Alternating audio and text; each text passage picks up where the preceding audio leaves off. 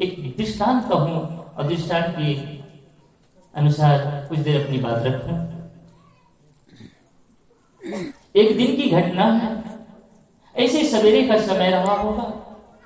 सवेरे सवेरे के समय एक युवा संत, जिसकी उम्र लगभग 18 से 20 साल की रही होगी, भिक्षाटन करने के लिए निकला। भिक्षाटन करते करते एक घर में पहुंचा तो संयोग से उस घर का मालिक और मालकिन किसी काम में व्यस्त थे। तो उसकी जो बहू थी, बिल्कुल नई नवेली, मुश्किल से 2-4 साल हुआ रहा होगा, ससुराल आई। वो आती है और आकर के सुंदर थाल में चावल गेहूं को सजा करके लाती है, प्रणाम करती है और प्रणाम करके देती है और दे करके कहती है, संत भगवान इतनी जल्दी? देखिए, कुछ बातें संकेत में हो जाया करती है, कुछ बातें इशारों में भी हो जाया करती है। समझने वाला समझ जाता है, न समझ नहीं पाता है। सत्संग में हमें यही एक चीज बताई जाती है, क्या समझना है, क्या छोड़ना है और क्या करना है। बहू कहती है संत की ओर इशारा करके कि संत भगवान इतनी जल्दी? और संत भगवान का उत्तर सुनिए, वो कहते हैं समय का पता नहीं। इस बात को बूढ़ा काम करते करते अपने घर से सुन रहा था, जिसका ससुर था। वो सोचने लगा, ये हमारी बहू को आज हो क्या गया है? अरे समय का 11 बज गया है, सत्संग भी चालू हो गया है। अब ये हमारी बहू कहती है कि इतनी जल्दी, तो क्या शाम को आना चाहिए था क्या? और देखो ये संत को भी क्या हो गया है। इस संत को क्या इतना भी पता नहीं है कि 11 बज गए हैं अभी? और ये बोलता है कि समय का पता नहीं। हम सबको पता है क्या? अगर समय का पता होता तो पंडाल भर गया होता। हम सबको भी समय का पता नहीं। बच्चे सोचते हैं अभी तो छोटे हैं बच्चे, खेलने का दिन है। थोड़ा बड़ा समझता है कि अभी तो पढ़ने का दिन है। थोड़ा और बड़ा हुआ, जिसकी शादी हो गई, वो तो समझता है कि थोड़ा सा अभी मौज मस्ती करने का समय है। फिर थोड़ा और बड़ा हुआ तो सोचते हैं कि अभी तो कमाने का दिन है, थोड़ा कमा करके थोड़ा सा करोड़ रुपए तो जमा कर ले। और अधेड़ सोचते हैं अभी छोटे छोटे नाती पोते हैं, उसका तो देख रेख कर ले, थोड़ा सा आनंद ले ले, तोतली बोली का मजा ले ले। और इस प्रकार से पूरा समय बीत जाता है। आदमी को समय का पता नहीं होता। समय का पता कब होता है? आछे दिन पाछे गए, गुरु से किया न हेत, और अब पछतावा होत किया जब चिड़िया चुग गई। ये 3 दिन का समय बीत जाएगा ना, तो क्या बोलेंगे, अरे जाने का तो मन था, क्या करें, बहुत जरूरी काम आ गया। और कुछ लोग तो ऐसे भी होते हैं, जब सत्संग समाप्त होने वाला होता है ना, 12:55, 5 मिनट शेष, तब घर से निकलते हैं और कहते हैं भाई सोचे तो रहन जाए बार, लेकिन जाते जाते समय पूरा हो गया। तो इसलिए संत कहते हैं कि समय का पता नहीं। जो बहुत ही वो पुनः प्रश्न करती है, ध्यान दीजिए थोड़ी देर। जब इतनी बात कहती है तो संत भगवान भी कह पड़ते हैं कि बहन ये बता तुम्हारी क्या उम्र होगी। संत भगवान पूछते हैं कि बहन ये बता तुम्हारी उम्र क्या होगी। और वो कहती है कि संत भगवान मेरी उम्र तो 5 साल की है। कितनी है? अंतिम दिन पूछूंगा, याद रखिएगा। आज पहला दृष्टांत कह रहा हूं और इस पहले दृष्टांत को आपने कितना ध्यान से सुना, मैं अंतिम सत्र में पूछूंगा। मैं सबको पहचान दिया हूं, एक ही बात में याद रखिएगा। आप लोग सोचते होंगे अंतिम दिन ज्यादा भीड़ हो जाएगी और साहब पहचान नहीं पाएंगे, तो ऐसा होने वाला बहू कहती है कि मैं 5 साल की हूं। इतनी बात को सुन करके जो उसका ससुर था वो सोचने लगा, अरे जब मैं इसको मांगने के लिए गया था तो इसके पिता ने मुझे 18 साल बताया था और ये उम्र अपनी 5 साल बताती है। और इस सत्संग को तो भी देखो, एक स्त्री की, एक बहू की, एक औरत की उम्र पूछने की क्या जरूरत है। वो सोचने लगा और यूं ही पुनः ये संवाद होने लगा। देखो, जब दो मिलते हैं सज्जन लोग तो सज्जन से सज्जन मिले होए दो दो बात, और गधा से गधा मिले तो खाए दो दो लात। गधा क्या करता है, एक दूसरे को लात मारते हैं, और सज्जन मिलते हैं वहां सत्संग होता है। जहां सज्जन मिल गए वहीं सत्संग हो जाता है। आपके अचानक पूर्व में ही सत्संग नहीं हो रहा है, ये तो समागम हो रहा है, लेकिन दो सज्जन मिल जाते हैं वहीं भी सत्संग हो जाता है। सत्संग के लिए आयोजन की जरूरत नहीं पड़ता, बस दो दिल की जरूरत पड़ती है, जो सज्जन स्वभाव का जरूरत पड़ती है, और वहां सत्संग हो जाता है। आज बहू और संत के बीच में सत्संग हो रहा है, संवाद का सत्संग हो रहा है। संत ने पूछा, अच्छा तुम्हारी उम्र 5 साल की है तो तुम्हारा पति कितनी उम्र की है। वो कहते हैं, संत भगवान मेरे पति की उम्र तो अभी 2 साल की है। कितनी है, 2 साल की है। और उनका ससुर पुनः सुन लिया, अरे मेरा बेटा इनसे 4 साल बड़े हैं, 22 साल का हो रहा है, और ये कहते हैं कि ये 2 साल की। उसको समझ में नहीं आया, गुत्थम गुत्थ में लग गया, सोचने लगा ये क्या हो गया, और उसके अंदर क्रोध भी जागने लगा। देखिए, आदमी को जब सहन नहीं होता ना तो धीरे धीरे क्रोध जागता है। संत ने पुनः एक बार पूछ दिया, अच्छा ये तो बता तुम्हारी सियाज की क्या उम्र होगी। उसने कहा कि क्या बताऊं संत, वो तो अभी 6 महीने की है। कितनी है, 6 महीने की है। बूढ़ा का खून खोलने लगा और यूं ही वो तमतमा करके निकलने वाला था। संत पुनः एक प्रश्न पूछ देते हैं, तुम्हारे ससुर की क्या उम्र होगी। उसने कहा कि उसका तो अभी जन्म ही नहीं हुआ। संत ने अंतिम में प्रश्न किया, अच्छा ये बता तुम खाती क्या हो। तो उन्होंने कहा कि क्या करूं भगवान, कभी कभी ताजा भोजन मिल जाता है और रोज तो बासी खाना पड़ता है। अब बूढ़ा का क्रोध और भड़क गया। इतनी बात तो ठीक थी, लेकिन इतनी नाक कटाई तो भी ना करती कि रोज बासी खवाती है ये करके। लेकिन संत भगवान अभिवादन किए और उस घर से चल पड़े। बूढ़ा उधर से आया, बहू के पास तमतमा करके कहने लगा, कहोरी इतनी बुद्धि तुम्हारी भ्रष्ट हो चुकी है, तुम पगला गई हो क्या। तू क्या अनाप शनाप बक रही है आज, क्या धथुड़ा तो नहीं खा ली है। उसने कहा कि पिताजी ऐसा तो कुछ भी नहीं हुआ है, हम तो बस कुछ बात हो रही थी, चर्चा हो रही थी, कुछ प्रश्न और संवाद हो रहा था। बूढ़ा ने कहा तो ये अनाप शनाप बात क्यों हो रही थी। कैसे अनाप शनाप क्या बात है, और कुछ नहीं है तो आप संत से पूछ लीजिए। क्या संत को पुनः बुलाए। थोड़ी दूर घर से बाहर सड़क पे निकले हुए थे। संत वापस आए, संत से पूछा, ये आप दोनों के बीच में क्या अनाप शनाप बातें हो रही थी। तो संत ने कहा कि तुम्हारी बहू से ही पूछ लो कि उन्होंने पहला प्रश्न किया था। क्या पहला प्रश्न किया था कि इतनी जल्दी पूछो। उसने क्या पूछा था। बहू ने कहा कि पिताजी मैंने इसकी उम्र देख करके, क्योंकि ये 17-18 साल की उम्र के हैं और इतनी जल्दी घर त्याग करके ये साधु और सन्यासी हो गए हैं, तो इतनी जल्दी साधु कैसे हो गए। मेरा पूछने का तात्पर्य यही था। हम लोग भी संतों को देखते हैं, छोटे छोटे उम्र में भी देखते हैं तो संशय होता है, मन में संदेह होता है। आदमी तो मानकर चलता है साधु वो होता है जिसको खाने को नहीं मिलता, पढ़ाई नौकरी नहीं लगती, या फिर जिसकी शादी टूट जाती है, या जिसकी बीवी मर जाती है, वो साधु होता है। लोग यही समझते हैं ना, लेकिन साधु वो नहीं होता। देखिए, आदमी गरीबी में साधु नहीं होता। अगर गरीबी में साधु होता तो जितने भिखारी है सब साधु बन गए होते। अगर पत्नी के मरने से, पति के मरने से कोई साधु और साध्वी बनते तो जितने विदुर और विधवा है वो सब साधु और साध्वी बन गए होते।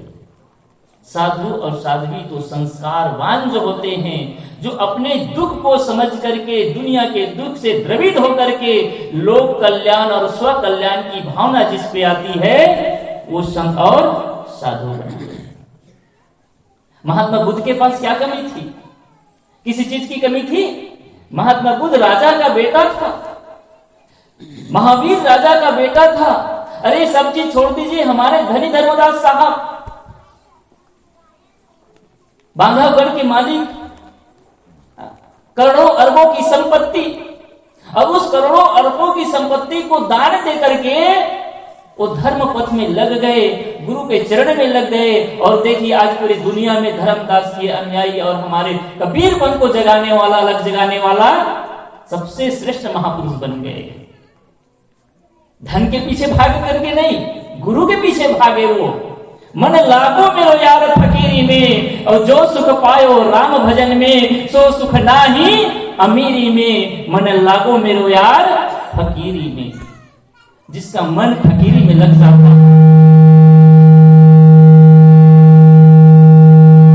धन के पीछे नहीं जाता। और हम कबीर अनुयायी होकर के धन के पीछे जाते हैं। और हमारे धनी धर्मदास साहब धनी क्यों हुए? जब तक धन के साथ थे तब धनी नहीं कहलाए।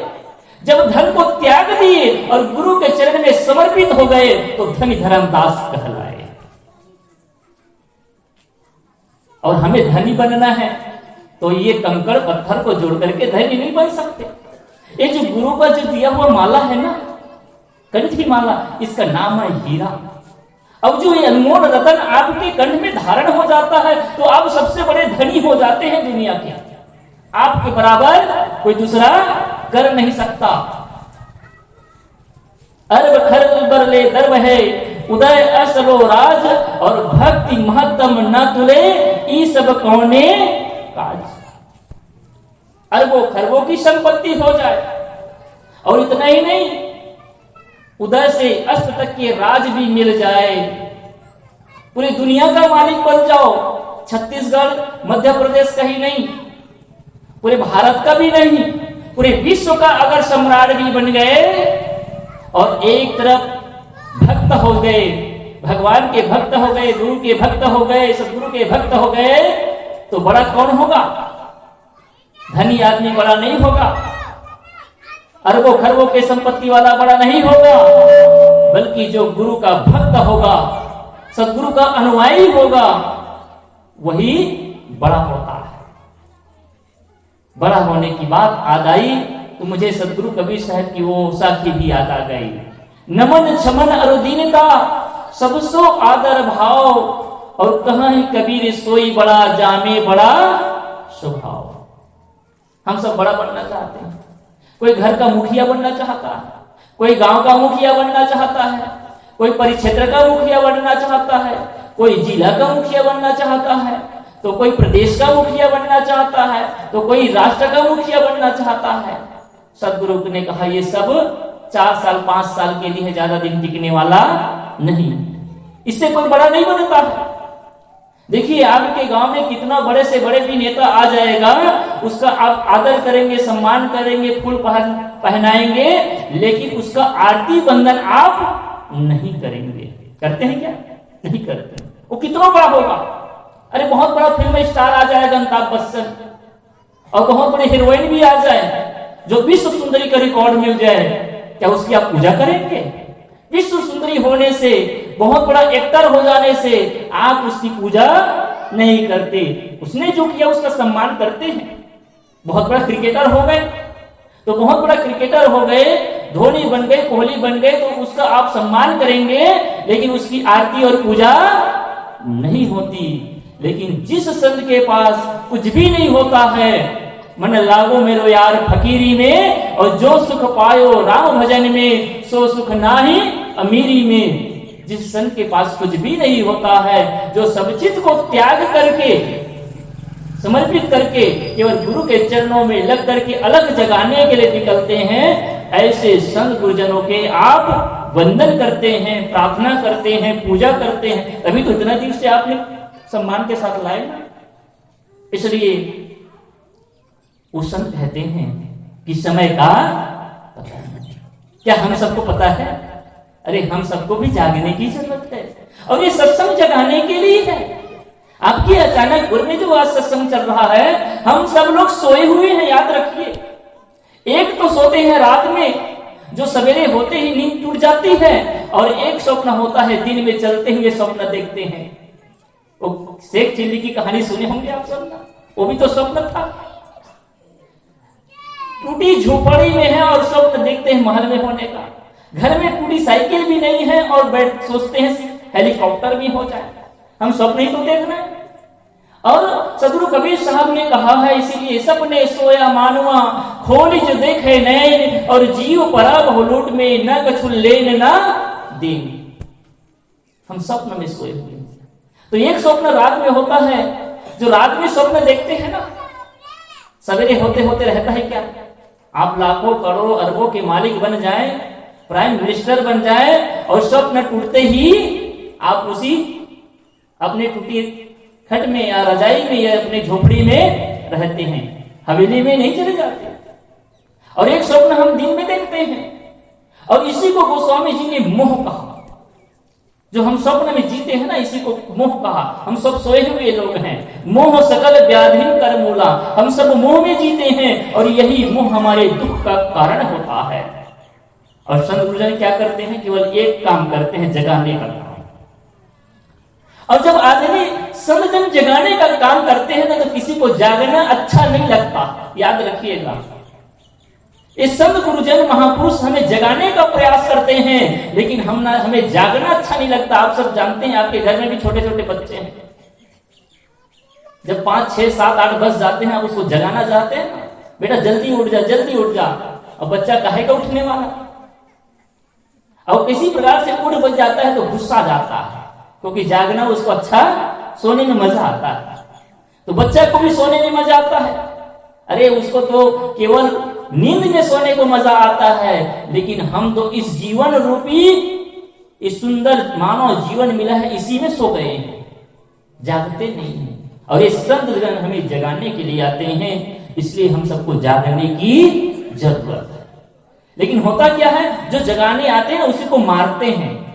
जब बच्चा को आप जगाने जाते हैं ना, तो बच्चा आपको मारता है, उल्टा मारता है कि नहीं मारता? ऐसे ही हमारे संतों ने जगाने का प्रयास किया।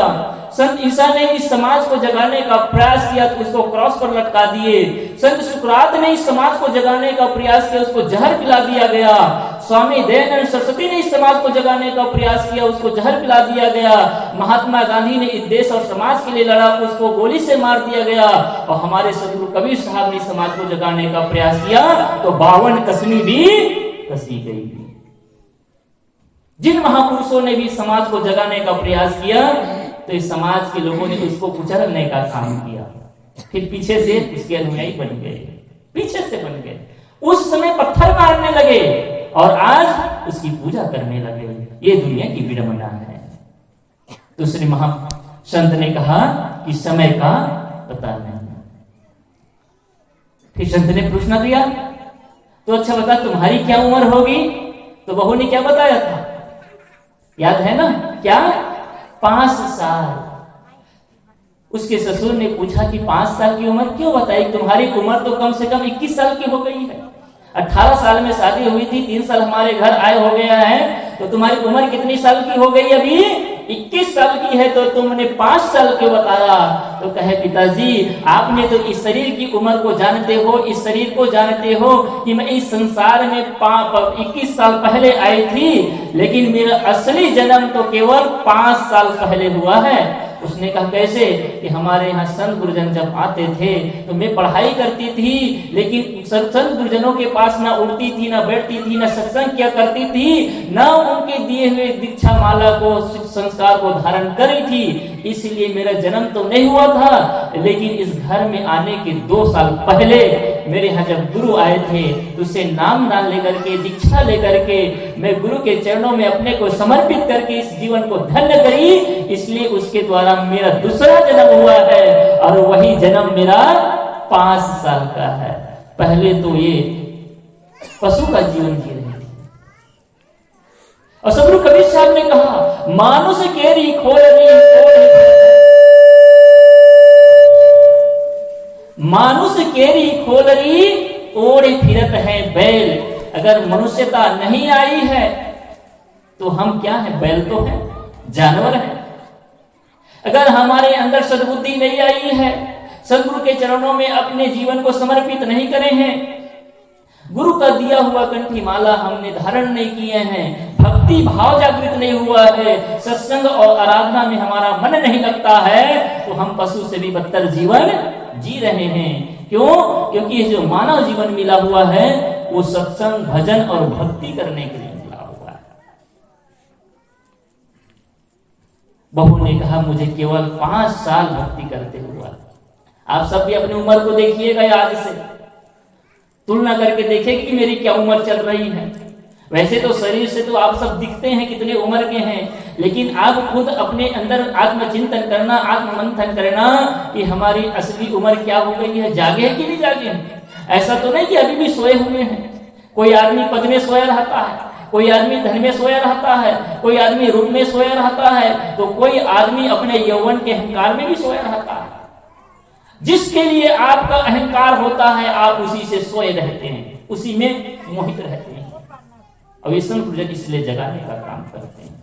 तो संत ने पूछा, तो ये आपकी पति का उम्र 2 साल क्यों बताई? तो कहे, संत भगवान, जब मैं इस घर में आई तो यहां सब लोग साकट थे, साकट। न पूजा पाठ जानते थे, न खाना पीना इसका ठिकाना था, न साफ सफाई, जैसे तैसे जानवर जीवन जीते हैं। जानवर और मनुष्य में केवल एक ही अंतर है, मनुष्य संस्कारवान होता है, संस्कार से जीता है। अगर 2 कुत्तों के बीच में अगर रोटी डाल दे तो वो छीन करके खाता है, और सज्जन प्रवृत्ति है तो 2 व्यक्ति मिलेंगे तो बांट करके खाता है। याद रखिए, आप अपने घर में 4, 5, 6 लोग हैं, अगर बांटने की प्रवृत्ति है तो समझ लीजिए कि आप में इंसानियत है और इंसान है। और अगर बांट के नहीं बल्कि छुप करके और छीन करके खाने की प्रवृत्ति है तो आप कहने की जरूरत नहीं मुझे, क्या है? दानव भी है और जानवर भी है, कि नहीं? क्या करना है हमें? आप घर में जाएं, अगर दुकान से आप सामान खरीद करके लाते हैं, जलेबी लेते हैं, रसगुल्ला लेते हैं, पेड़ा लेते हैं, कुछ भी लेते हैं, तो बांटने की प्रवृत्ति हो, घर के सभी लोगों को बांट करके खाएं, दे करके खाएं, तो ये इंसानियत है। और छुप करके और लुट करके खाने की अगर प्रवृत्ति जागृत हो गए तो समझ लीजिए कि हमारे अंदर राक्षसी प्रवृत्ति जागृत हो गई। और ज्यादातर में यही होता है, भाई के हक को छीनने का प्रयास, पड़ोसी के हक को छीनने का प्रयास, दूसरे के हक को मारने का प्रयास, और ना भी मारे तो छुप छुप करके खाने का यह अभ्यास। ये प्रवृत्ति जागृत ना हो। तो उस बहू ने कहा कि जब मैं इस घर में आई तो सब साकट थे, नाना प्रकार के दुर्व्यसन में मस्त थे, खान पान का ठिकाना था नहीं था, साफ सफाई नहीं था। देख लीजिए, आपका घर आपके लिए मंदिर है, याद रखिए, आपका घर आपके लिए तीर्थ है, आपका घर आपके लिए देवालय है, और आपका घर ही आपके लिए चारों धाम है। अगर आपका घर आपके लिए मंदिर नहीं बना पाए आप, उसने मंदिर में क्या करते हैं? सबसे पहले सवेरे होते ही नहा धो करके बढ़िया सुंदर मन से, सुंदर भाव से, हाथ में फूल लेकर के, हाथ में थाल सजा करके आप मंदिर में जाते हैं, भगवान की प्रार्थना करते हैं, पूजा करते हैं, मंदिर की साफ और सफाई भी किया करते हैं, इतना सुंदर और पावन रखते हैं उसको। आपका घर ही आपके लिए तीर्थ है, और आपका किचन रूम ही आपके लिए महाप्रसाद बनाने का स्थान है, सही कि नहीं? लेकिन दुर्भाग्य है, बहुत घरों का किचन घर तो ऐसा होता है जैसे होटल जैसे दिखता है, बूचड़ खाना, कपड़े लत्ते का ठिकाना नहीं, बर्तन का ठिकाना नहीं। साफ सफाई सीखिए, पहली भक्ति प्रारंभ यही से होती है।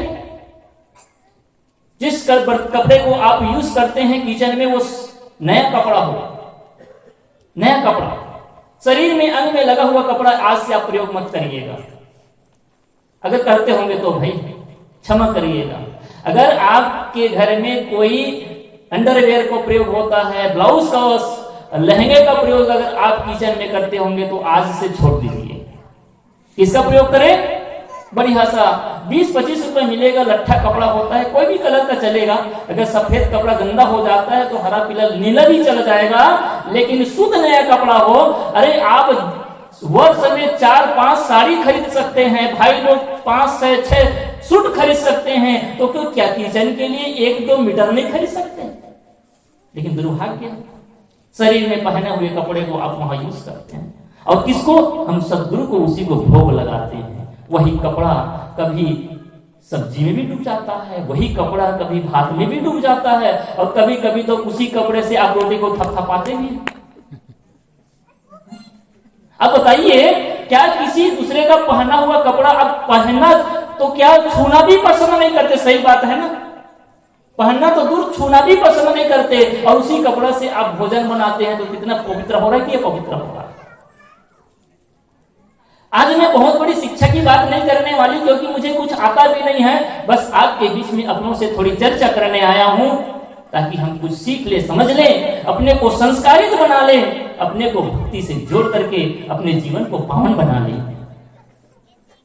तो क्या करें? किचन बड़ा सुंदर हो, साफ हो, सारे बर्तन को बढ़िया व्यवस्थित रखिए, साफ रखिए, और इस भाव से भोजन अगर माता बना रही है कि मैं अपने प्रभु को भोग लगाने के लिए प्रसाद तैयार कर रही हूं, तो उसको बनाने का 2 ही विधि है। पहली विधि है मन में प्रसन्नता, और दूसरी विधि है मन में प्रेम। प्रेम से भोजन बनेगा। अगर मन में प्रसन्नता के साथ भोजन बनाएंगे तो मैं निश्चित कहता हूं, अगर आप नमक भी भूल जाएंगे फिर भी उस सब्जी में बहुत स्वाद आने वाली है। सही की गलत? करके देखिएगा। प्रेम और प्रसन्नता के साथ जब भोजन बनाते हैं तो वो भोजन प्रसाद हो जाता है। इसीलिए तो होटल में खाते हैं उसको खाना कहते हैं, घर में खाते हैं उसको भोजन कहते हैं, और जब मंदिर में मिल जाता है वही चीज है, लेकिन हम उसको प्रसाद कहते हैं।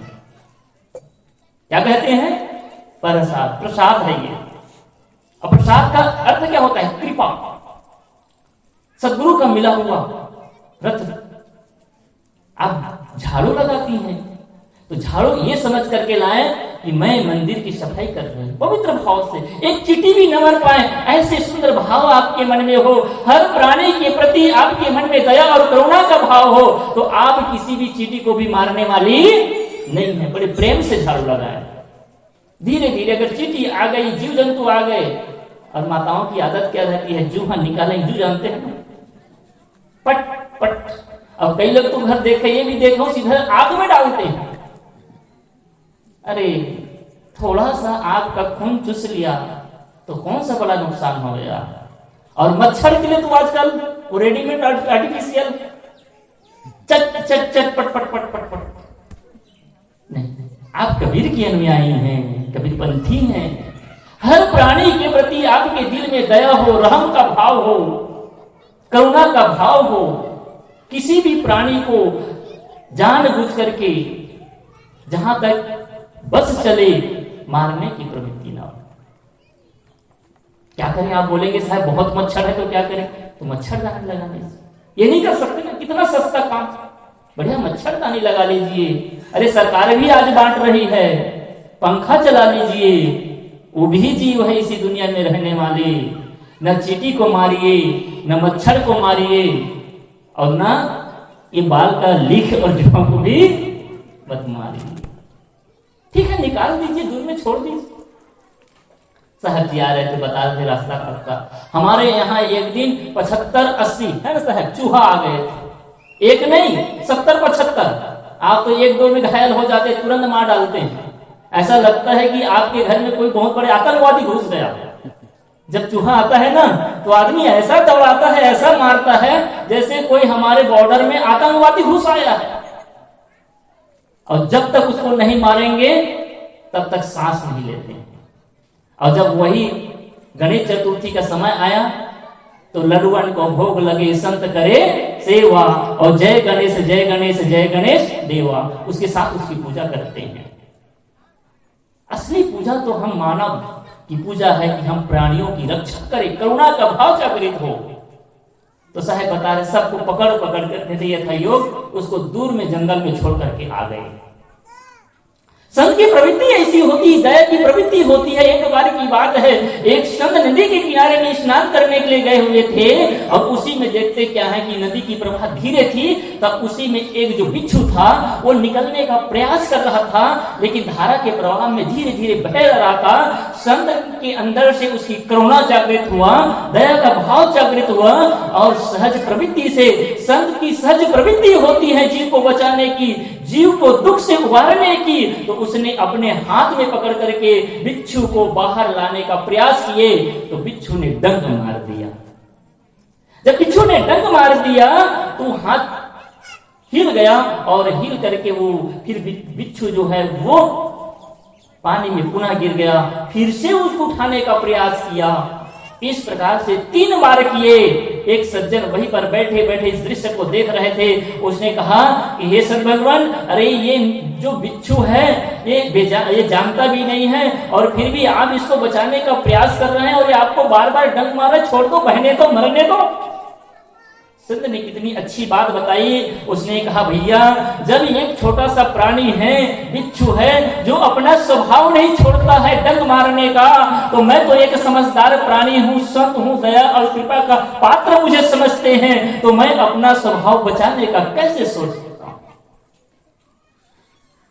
मैं बचा करके, इस संत का भाव होता है। तो हम संत बने, सज्जन बने, हमारे अंदर में करुणा दया का भाव जागृत करें। लेकिन आज तो उल्टा हो रहा है।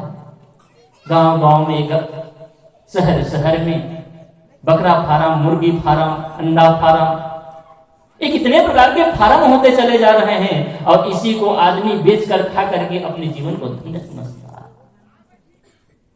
किसी भी प्राणी को ना खाए, किसी भी प्राणी को मारने की भावना भी ना हो। और मैं तो कहता हूं कि किसी भी को दुख देने, चाहे वो बहू हो, बेटी हो, पड़ोसी हो, अड़ोसी हो, चाहे आपको दुख देने वाला ही क्यों ना हो, उसको भी मारने का, उसको भी दुख देने की प्रवृत्ति मन में ना हो। तो बहू ने कहा कि जब मैं इस घर में आई तो ये घर के लोग ऐसे ही जीवन जी रहे थे, किसी को सुध नहीं था। यहां दीपक, शाम को दीपक जलाने वाला भी नहीं था। प्रभु का भजन और कीर्तन करना तो बड़ी दूर की बात थी। ये घर साकट था। तो मैं धीरे धीरे अपने पति को धीरे धीरे राजी करी। तो 2 साल के बाद ये मेरे पति जी पिछले साल का जो पूर्णिमा का तिथि में मेरे यहाँ गुरु आए थे, उसी से इन्होंने दीक्षा लिया और सत्संग से जुड़ करके अपने जीवन को धन्य किया। इसलिए इसकी उम्र 2 साल की है, केवल 2 साल हुए। संत ने कहा, अच्छा तो तुम्हारे सास की उम्र? आपने 6 महीना। तो कहे, मेरी सास को मैं बहुत समझाती थी, बहुत मनाती थी।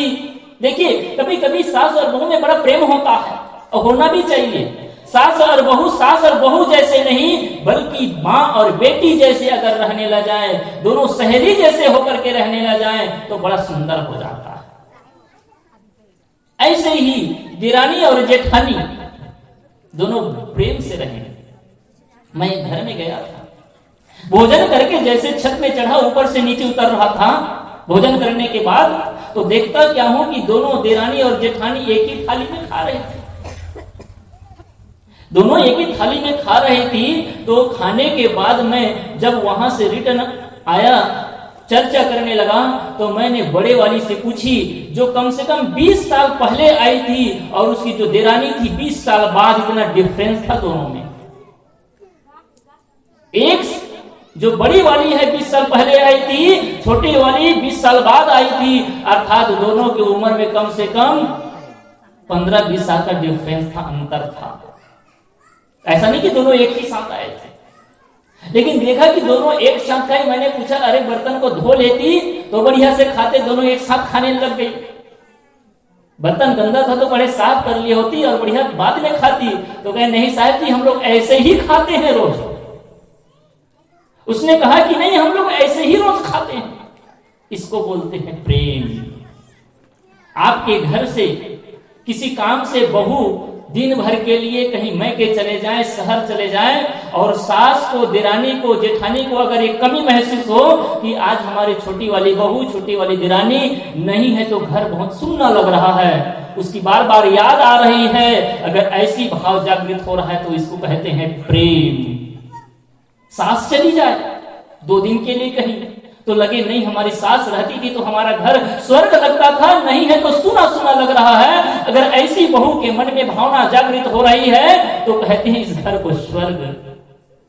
लेकिन यह हो रहा है कि अच्छा हुआ, रोज कांव कांव किया करती थी हमारी सास, और 3 दिन के लिए बाहर चली गई है तो शांति से रहने को मिलेगा, मन मुताबिक खाने को मिलेगा, झंझट से मुक्ति, और ना आए तो और अच्छा।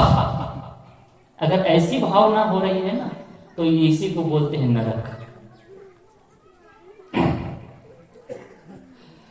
बहू ने कहा कि मेरी सास की उम्र 6 महीने की है, बहुत समझाती चली, बहुत समझाती चली, तो कहीं आज जाकर के 6 महीना पहले वो भाई मांग मेला में जाकर के गुरु के आश्रम में गई, सत्संग श्रवण करी, और वहीं से उन्होंने दीक्षा धारण करी, गुरु का दिया हुआ कंठी माला अपने कर्ण से लगाई, गुरु को समर्पित हो गई।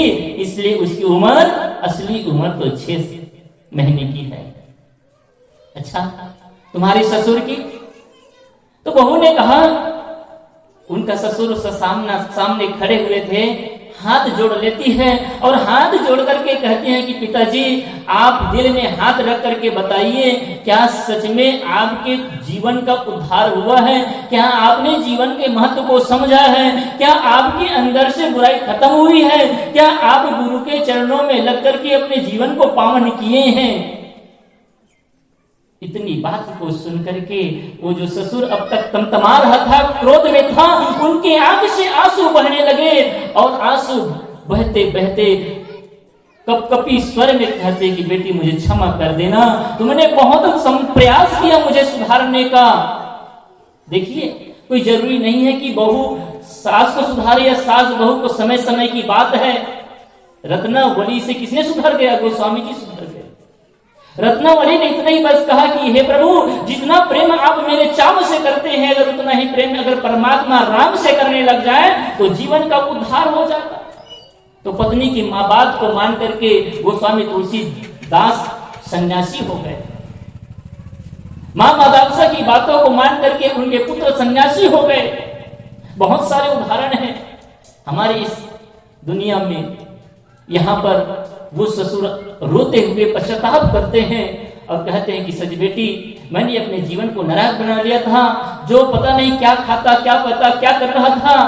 आज मैं जाग गया हूं, आज समझ गया हूं, आज मैं संकल्प लेता हूं कि आज से मैं एक नई जीवन की शुरुआत करूंगा। लेकिन एक बात तो बता, अरे ये बात तो सब समझ में आ गई, लेकिन जो अंतिम प्रश्न इसने किया था कि तुम क्या खाती हो, तो आपने ये क्यों कह दिया कि हम तो रोज बासी खाते हैं और कभी कभी ताजा भोजन मिलता है। ये नाक कटाई वाली बात की हो, ये तो कम से कम गलत है ना। बहू ने हाथ जोड़ लेती है और हाथ जोड़ करके कहती है कि पिताजी, अगर मेरी द्वारा आपकी किसी भी प्रकार की आपको ठेस लगी हो, आपके आत्मसम्मान को धक्का लगा हो, अगर किसी प्रकार से आपको दुख हुआ हो, उसके लिए मैं क्षमा मांगती हूँ, लेकिन मेरा कहने का भाव ये नहीं था। ससुर ने कहा तो फिर क्या? मैंने कहा कि देखिए पिताजी, जब से मैं इस घर में आए हूं तो कभी कभी 4-6 महीना साल भर में कोई संत जन आ जाते हैं गुजरते हुए, तो उसके ज्ञान से या सत्संग से मुझे ताजा ज्ञान रूपी भोजन मुझे मिलता है, नहीं तो कर्म प्रारब्ध रूपी मैं बासी को मैं आज खा रही हूं। ये जो कुछ मिला है ना, आज मैंने किसके लिए मेहनत नहीं करी है, मैंने ये मेरे प्रारब्ध का फल है, और इसी प्रारब्ध के फल को आज मैं भोग रही हूं, तो ये बासी तो है। याद रखिए, अगर आप करोड़ों के संपत्ति है, आपके घर में अच्छे बच्चे हैं, बहू हैं, सब कुछ है, तो ये आज की कमाई नहीं है। आपने पूर्व में जो कमाई की है, तो आप जो बैंक में डिपॉजिट किए उसी को निकाल कर खा रहे हैं। यहां तक तो ठीक है, लेकिन अगर कब तक निकालते रहेंगे? एक दिन ऐसा आएगा कि बैंक खाली हो जाएगा। इसलिए क्या करना है? हमें बैंक में डालना भी है। क्या करना है? बैंक में अच्छे कर्म की कमाई करना है। और वो किससे होगा? तो वो सत्संग से होगा। सत्संग से, ज्ञान से मन में भक्ति की जागृति होती है। और जब मन में भक्ति की जागृति होती है तभी हम संतों गुरुजनों के चरणों में लग करके अपने जीवन को धन्य बनाते हैं। इसलिए आज के पहले सत्र आपके बीच में सत्संग की बड़ी महत्ता है। जब तक हम सत्संग से नहीं जुड़ते हैं, सत्संग के प्रसाद को नहीं प्राप्त करते हैं, तब तक हमारे जीवन में कोई परिवर्तन नहीं आता। लेकिन ऐसा नहीं है कि एक कान से सुनते और दूसरे कान से निकाल दे। अरे सुनते सुनते तो बूढ़े हो गए, यहां भी सुन रहे हैं, घर में जाते हैं वहां भी टीवी खोल लीजिए, संस्कार चैनल, जागरण चैनल, आस्था चैनल, आस्था भजन, नाना प्रकार के चैनल है जिसमें गीता, भागवत, पुराण सब चल रहा है। तो सुनने मात्र से भी काम नहीं होगा, सुनने की कला आनी चाहिए। देखने की कला हो, सुनने की कला हो।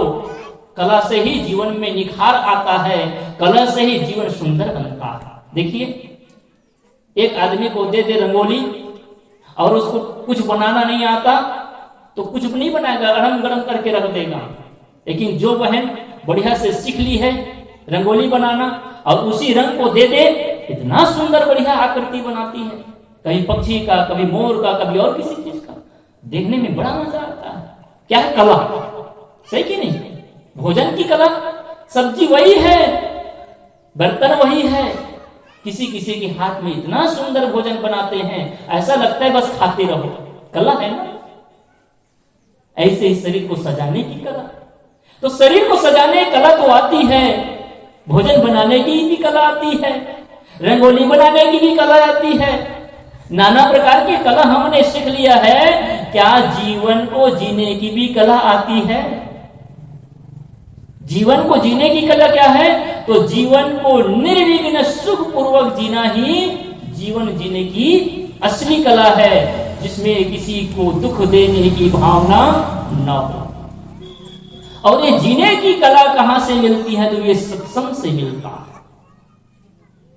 तो मैंने कहा सुनने की कला। बैठे तो हैं, शरीर बैठा है, लेकिन मन पंछी कहीं बाहर दौड़ रहा है।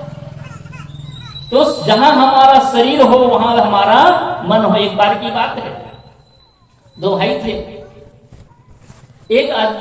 दोनों में विचार हुआ कि चलो हम सत्संग करने चलें। तो देखिए, आदमी में बड़ा भिन्नताएं होती हैं, मन में, विचार में, दोनों में अंतर होते हैं। कभी कभी पति और पत्नी का मन नहीं मिलता, कभी कभी भाई और भाई का मन नहीं मिलता, कभी पिता और पुत्र का मन नहीं मिलता, तो कभी कभी मित्र और मित्र का भी मन नहीं मिलता। एक ने कहा चलो बढ़िया, अचानक पूर्व सत्संग हो रहा है, सत्संग का रस पान करें, 2 घंटा समय भी बीत जाएगा, भोजन करने को भी मिलेगा और सत्संग का रस पान करने को भी मिलेगा। दूसरा आदमी ने कहा अरे यार तू भी कहाँ लगा हुआ है, इससे अच्छा तो 12:30 चले जाएंगे, थिएटर में बढ़िया सुंदर पिक्चर लगा हुआ है, और वहां जाकर के बढ़िया से ये उम्र कोई सत्संग भजन करने का है, ये उम्र तो मौज मस्ती करने का है, जाएंगे बढ़िया सिगरेट उगरेट पिएंगे, थोड़ा सा अगर मिल जाए तो भट्टी में थोड़ा चढ़ा भी लेंगे, मजा आएगा। ये विचारों की भिन्नता है। ये विचार जागृत कैसा होता है? तो हमारे पास 3 गुण होते हैं, रज, सत और तम। 3 गुणों से ये तीनों हमारे जीवन में प्रभाव पड़ता है। रजोगुण से चंचलताएं बढ़ती है, तमोगुण से आलस्य की, निद्रा की प्रवृत्ति आती है, और सतोगुण से हमें भक्ति, साधना, सत्संग के लिए मन में जागृति आती है। तो दूसरा उसका जो मित्र था ना, रजोगुणी था, उसने कहा कि ये जो उम्र है मौज मस्ती करने समय का है, पीने खाने का समय है, सत्संग तो और कभी कर लेंगे। लेकिन दोनों में मित्रता प्रगाढ़ थी। तो उसने कहा चलो जी बीच का रास्ता निकालते हैं, तुम्हारा थिएटर जाने का मन है तो तू 12:30 चल और जा, और मैं सत्संग में चला जाता हूं, अचानक चल रहा है जहां। दोनों ने रास्ता बदला, कहां से? कचनारी से। एक कचनारी से कहां चला गया? 12:30 चला गया, और दूसरा जो है वही कचनारी से अचानक आ गया, सत्संग में बैठ गया, एक थिएटर में बैठ गया। थिएटर में जो गया है वहां उसकी प्रवृत्ति तो थी, चंचलता थी, इसलिए सोच लिया, लेकिन बैठे बैठे उसके मन में अफसोस होने लगा। ओह मेरे जीवन को भी धिक्कार है। मैं कैसे बुद्धिहीन, मेरा मित्र कितना सुंदर संस्कारी स्वभाव का, मुझे भी सत्संग में जाने के लिए प्रेरित कर रहा था, लेकिन मेरा दुर्भाग्य है कि मैं आज थिएटर में आकर के मैं अपने समय को बर्बाद कर रहा हूं, अपने जीवन को बर्बाद कर रहा हूं। वो अफसोस करने लगा और मन में ग्लानि होने लगी और याद आने लगा सत्संग का। किसके? सत्संग का। क्या सोचता है, ओह मेरा जो मित्र है अचानक उनमें बढ़िया सत्संग का, भजन का लाभ ले रहा होगा, सुंदर प्रभु का कीर्तन सुन रहा होगा, कथा का आनंद ले रहा होगा, और मैं कितना अभागा आदमी हूं जो सत्संग को छोड़ करके अपने मित्र की इस सुंदर बात को भूल करके मैं इस थिएटर में आ गया हूं। वो पश्चाताप करने लगा बेचारा, और 10 मिनट के बाद ही वहां से वो उड़ गया। दूसरा था जो उसका मित्र आ तो गया था सत्संग में बैठ गया, और बैठते बैठते फिर मन कहां ले गया? मन यहां नहीं है, तन यहां है सत्संग में। मन कहां चला गया? साले वाला के थिएटर में चला गया। अरे मैं भी ये कहां आ गया?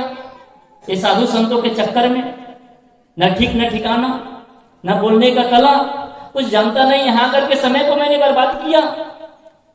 कितना अच्छा मेरा वो मित्र है जो थिएटर में जाकर के मजा ले रहा होगा, आनंद ले रहा होगा, बीड़ी सिगरेट भी फूक रहा होगा और दम भी लगा रहा होगा,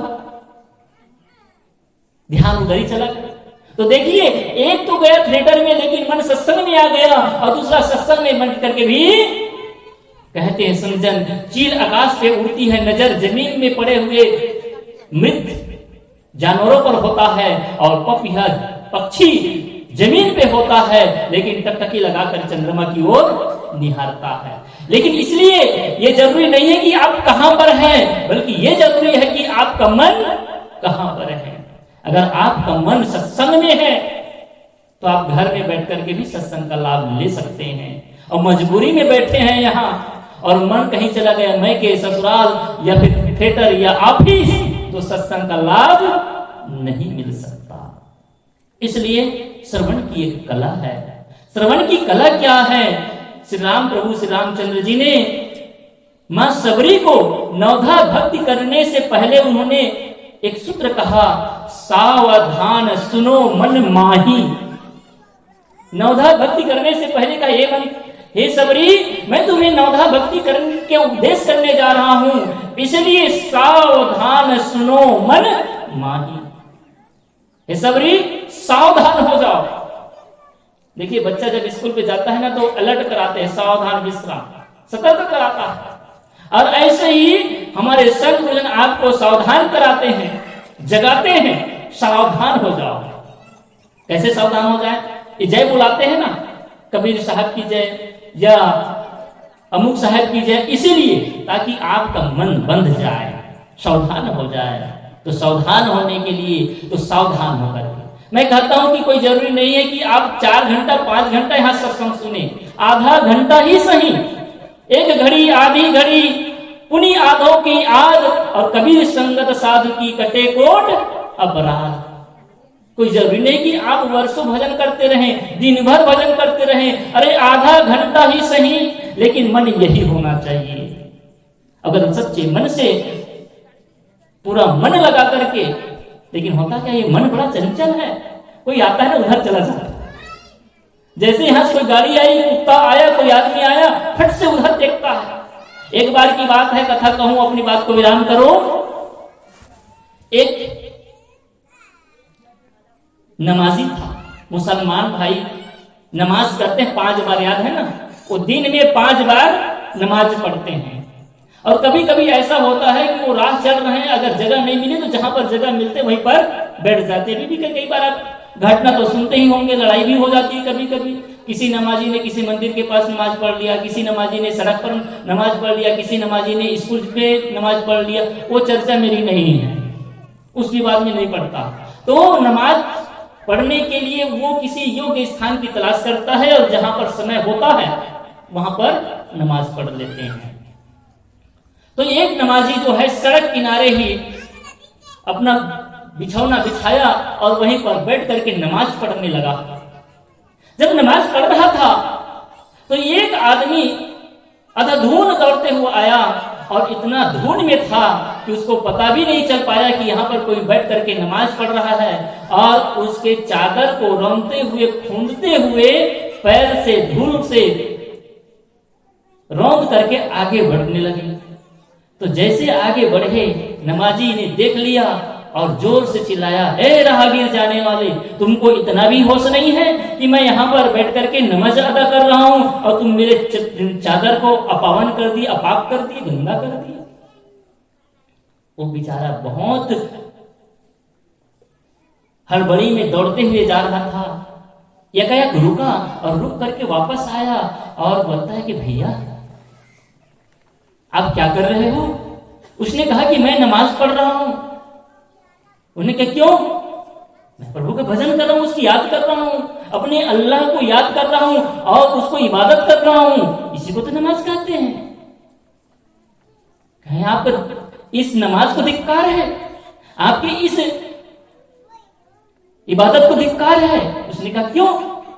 अरे मैं एक स्त्री के प्रेम में इतना पागल हो गया हूं कि मुझे तुम्हारा चादर भी नहीं दिखाई पड़ा। तुमसे तो अच्छा मैं हूं कि मेरा मन इतना लगा हुआ है कि मुझे कोई दूसरा चीज दिखाई नहीं पड़ा, और तुम कैसे प्रभु का भक्त हो, अल्लाह का बंदे हो कि तुम नमाज पढ़ते हुए मुझे दिखाई पड़ गया। तुम्हें अल्लाह नहीं दिखाई पड़ा, तुझे मुझे दिखाई पड़ रहा है।